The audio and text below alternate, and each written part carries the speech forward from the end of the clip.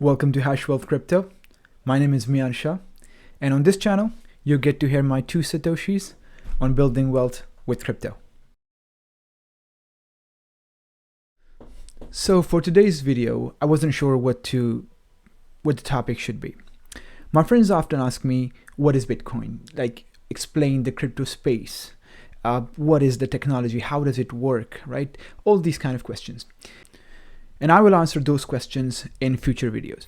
But today I thought it's more suitable that I talk about the Bitcoin and the crypto space itself. I feel like it's more important to understand why this crypto space, is relevant to you. Why should you care? Why you should know about it? This is more important, in my view, compared to understanding intrinsically how the technology exactly works. And that is because to understand the technology, you need to be somehow technical. You need to understand computer science or just the related fields to at least some basic level. And if you don't understand those things, or you don't have formal training or education in it, that means you might be overwhelmed with the terminologies, with the technology. In my future videos, I will break down the technology in a very easy to understand way, even for an average person, for a layman. But today, as I said, let's focus on why should you care.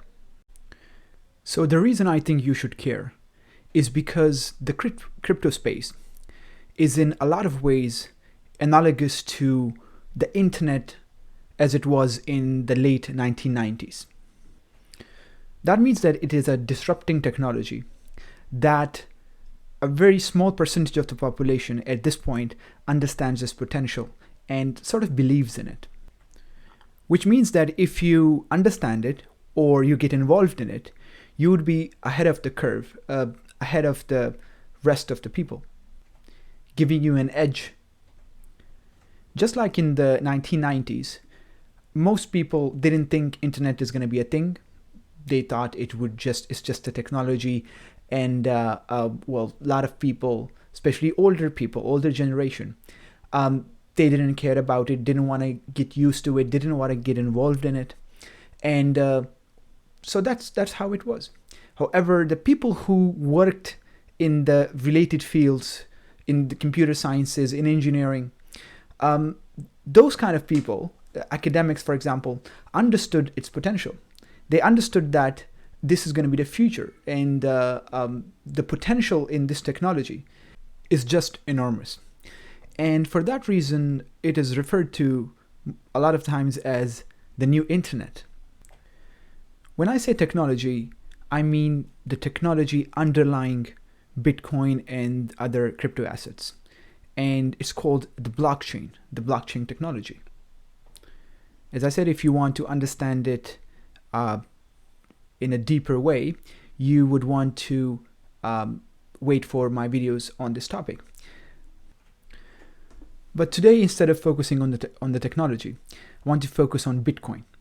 Bitcoin being the pioneer, the first project which introduced this technology to the world.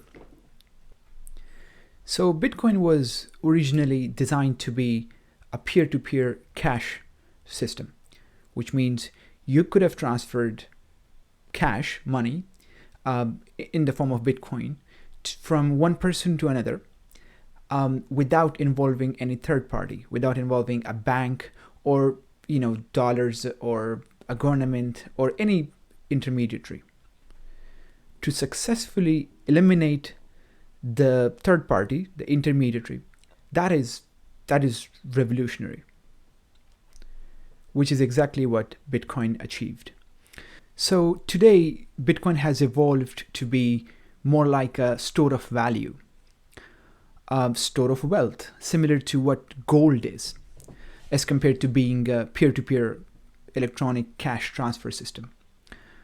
And to be used as cash transfer, we have other cryptocurrencies or crypto assets that are way more suitable for that purpose, such as Steller, Bitcoin Cash, Litecoin, and other such assets. So why do I say that Bitcoin is a very good means to store wealth or value. I say that because Bitcoin is the hardest money ever to exist. Hardest because there is no inflation. US dollar, any other currency like British pound, euro, Japanese yen, whatever. All of these are inflationary. In fact, the true intrinsic value of any fiat currency, and fiat being any medium of exchange, any currency issued by central governments, the intrinsic value for those is zero. It is just a trust that has been put into them by the authority of the government issuing them. We have seen what happens to currencies when hyperinflation happens, such as in Venezuela or in Germany after the Second World War. So that is, in fact, the average lifespan of fiat currency is about 27 years. That means in 27 years, fiat currency either loses all of its value, which means it goes to zero, or it loses most of its value or most of its purchasing power. Now, as opposed to that, Bitcoin is not only not inflationary, but in fact, it is deflationary.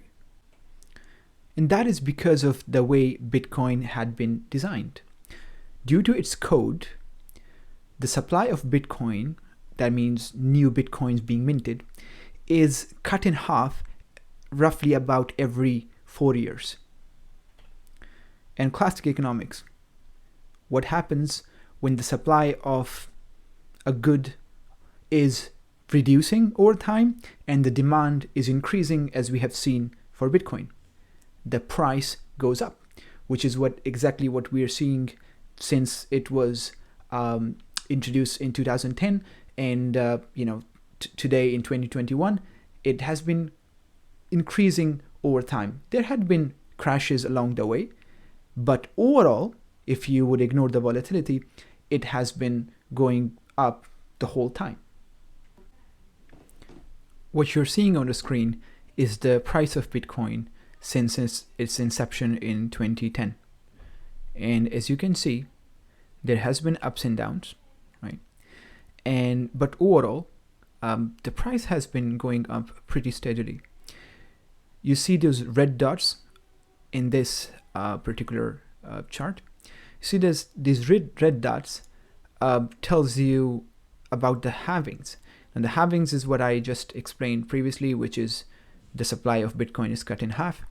So you see, after the supply is cut in half, there is usually a big surge in price.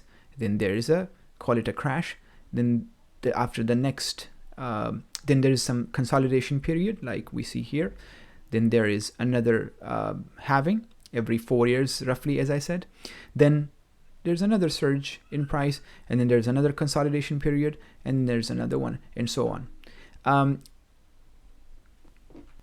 That means that Bitcoin is cyclical. It goes in cycles, and the cycles are driven by those halving events.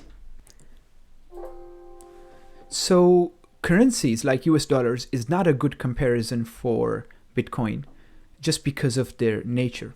However, gold is a good comparison for Bitcoin.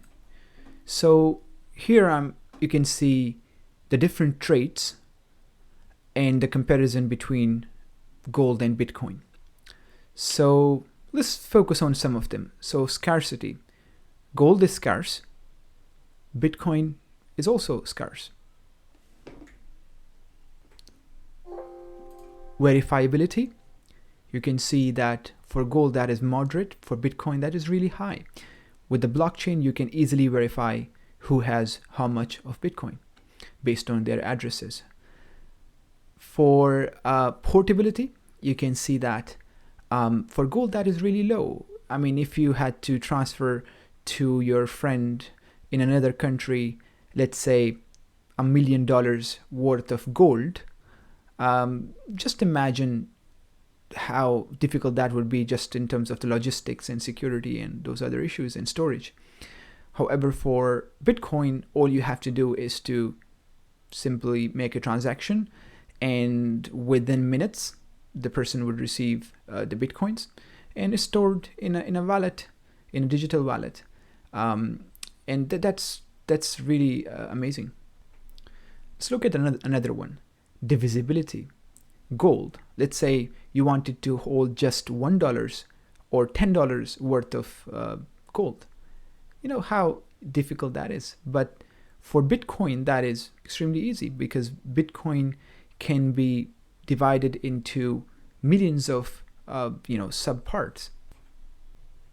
To be exact, a single Bitcoin is divisible into 100 million subparts, and the smallest unit is called Satoshi, or Sats for short. That's why I said my 2 Satoshis in the beginning of every video.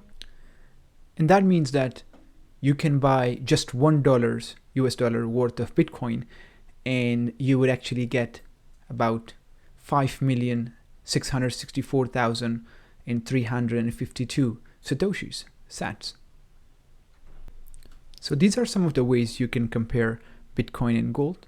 In fact, some experts believe that Bitcoin will reach the market capitalization of gold in the next decade or so. So that is about the trades. Now let's talk about the price action of gold compared to Bitcoin. So here, this is not just gold, but also the traditional stock market, especially the S&P 500 index fund. So you see here Bitcoin, gold, and S&P 500. If you had invested 10 years ago, you would be up right now in terms of Bitcoin. You'll be up about 6.5 million %. That's 6.5 million %. If you would have invested in gold, you'd only be up 23%. Okay, today.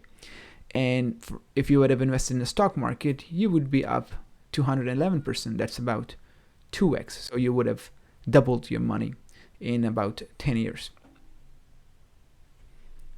So let's focus on Bitcoin here. We see that 9 years ago, because initially obviously the price movement was a lot more, because Bitcoin was valued just fractions of a dollar at that point.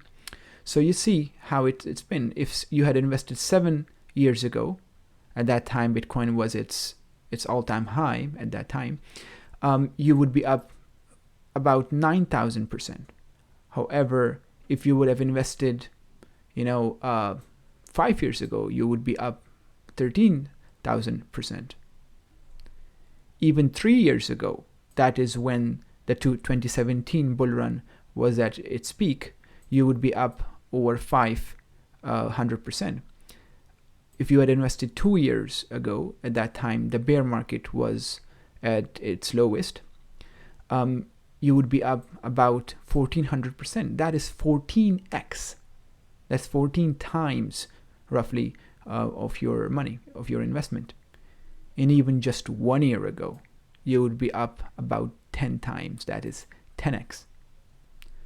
So these crazy gains, and especially the bumps that you see here, that is just evidence of the cyclical nature of the Bitcoin price action that I've explained, which is driven by the Bitcoin halving event.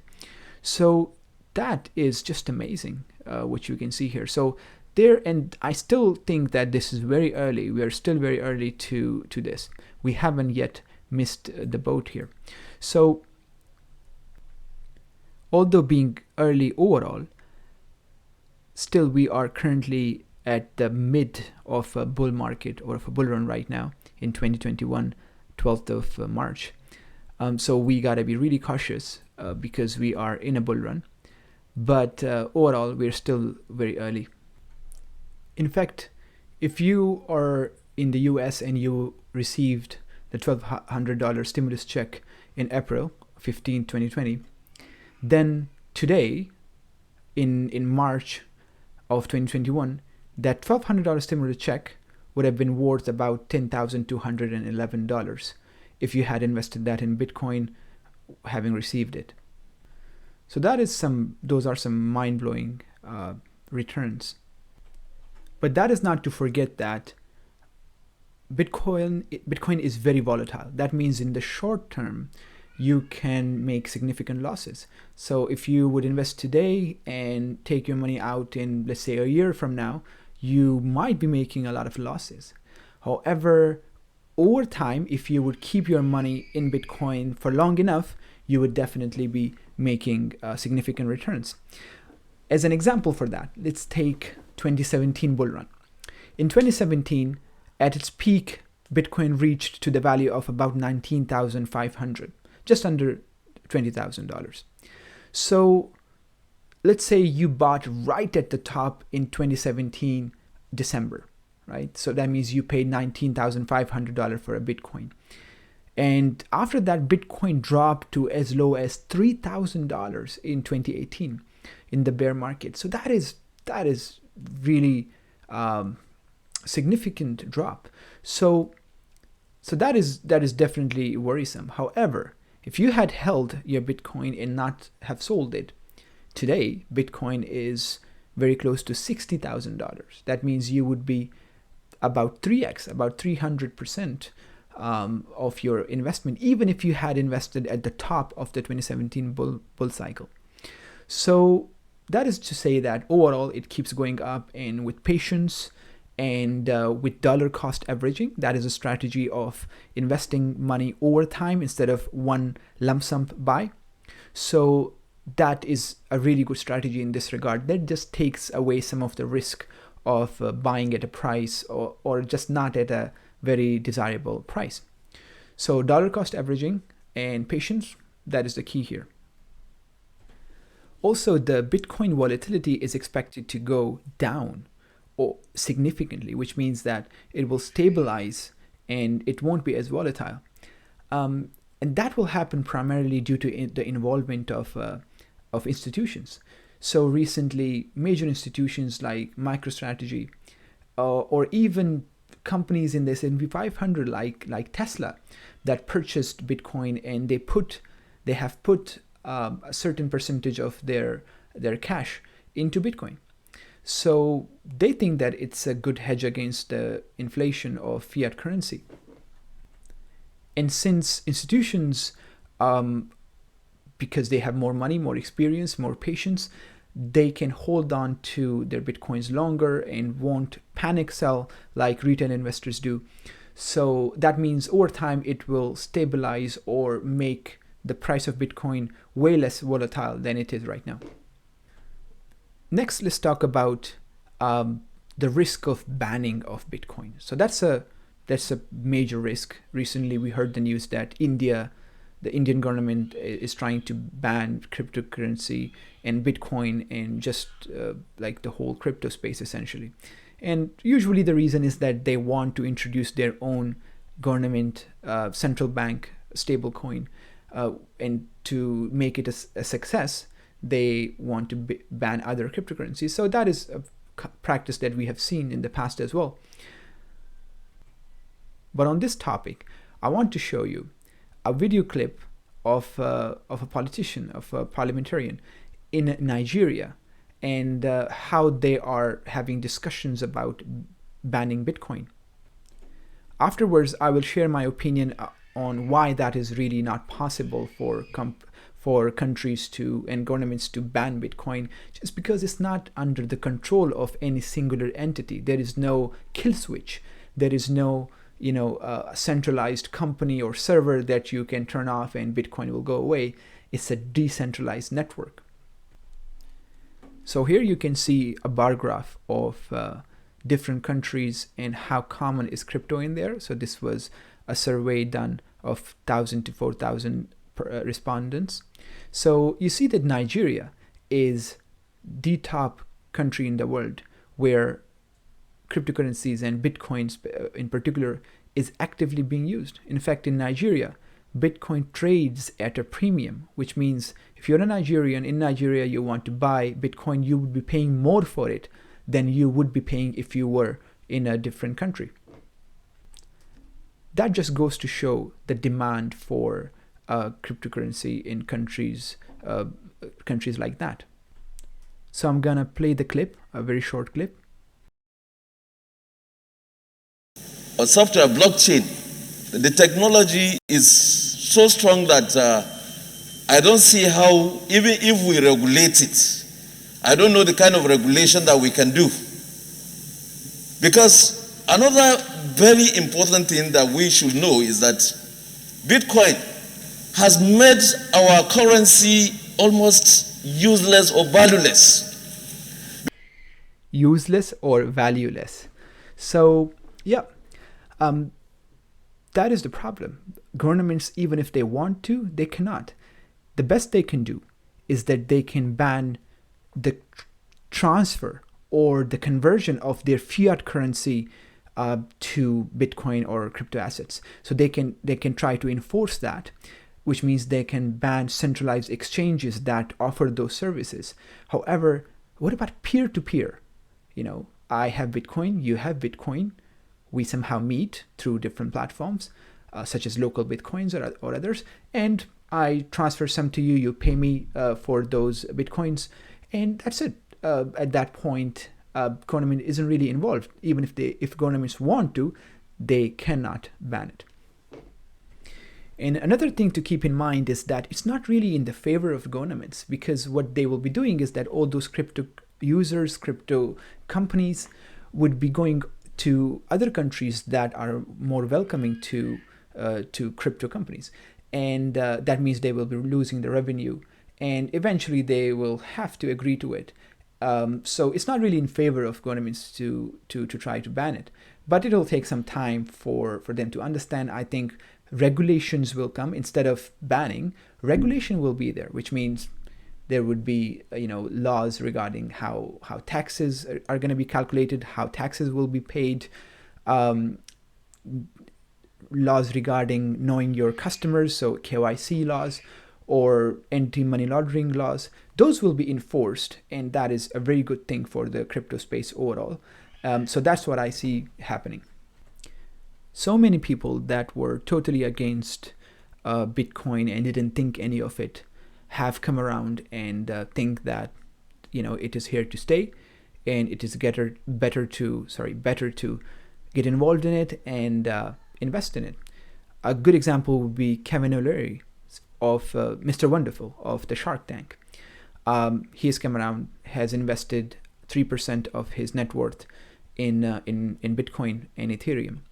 Similarly, Mark Cuban of the Shark Tank show also have invested in Bitcoin and other crypto assets.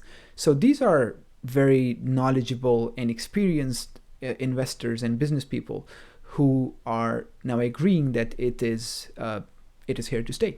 So that gives more legitimacy to the crypto space in general. And I can go on giving more examples. Another thing is the launch of Bitcoin ETFs. So when Canada approved Bitcoin ETFs just a few weeks ago, and that was the first time something like that was done in North America. And I made a video of how you can invest in those ETFs, and you can find the video right here. So the launch of these Bitcoin ETFs legitimizes the crypto space more, and that also gives opportunity to institutional investors to invest in Bitcoin through those ETFs. And now Canadian ETFs being launched, US, it's just a matter of time for US regulators to also approve applications for Bitcoin ETFs. So at the end, I would say that it would be a good idea. And just to say, I'm not a financial advisor. You shouldn't listen to me. I'm just a guy on the internet sharing my opinions. So in my opinion, it's a good idea to invest a certain percentage of your net worth, maybe 2%, 1% based on your risk tolerance, into this emerging this emerging asset class of Bitcoin. I hope this was helpful. If you have any questions, please post them in the comments. I'll try to answer them. I'll make videos about answering those questions. And that should be it for today. Stay wealthy, stay healthy.